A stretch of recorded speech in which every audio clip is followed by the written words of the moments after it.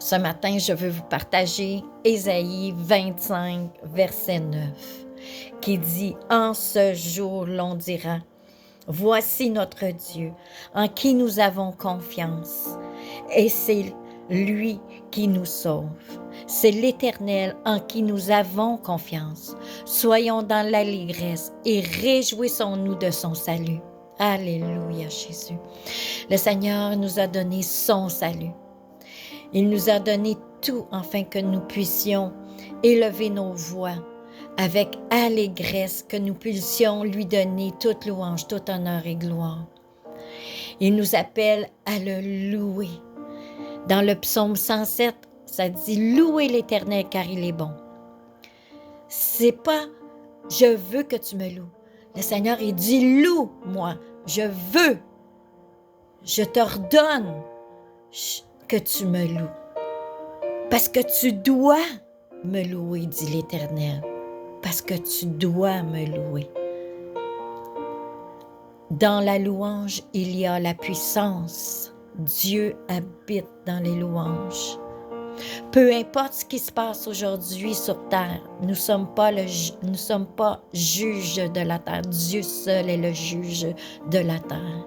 Peu importe ce qui se passe, peu importe ce qui se détruit présentement, ce qui est foulé à la poussière présentement, nous sommes appelés à le louer. Élevons nos voix, élevons notre cœur, afin que notre Dieu soit honoré, glorifié par la puissance du nom de Jésus-Christ de Nazareth, que nous soyons libres, premièrement libres en nous, que nous soyons libres dans nos pensées, dans tout notre être entier, que nous soyons fortifiés.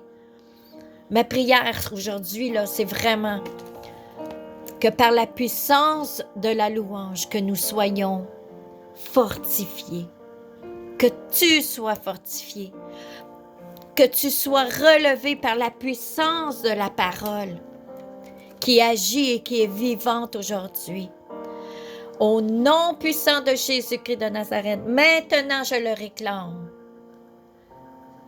Alléluia, Jésus. Élevons nos voix. Chantons un chant nouveau. Chantons un chant de proclamation, de délivrance. Alléluia, Jésus. La main de l'Éternel repose sur son peuple. La main de l'Éternel repose sur la montagne. Il nous prépare un festin. Alléluia. Remets tout entre ses mains et élève ta voix aujourd'hui. Reçois cette joie, reçois cette allégresse par son esprit, au nom de Jésus. Amen.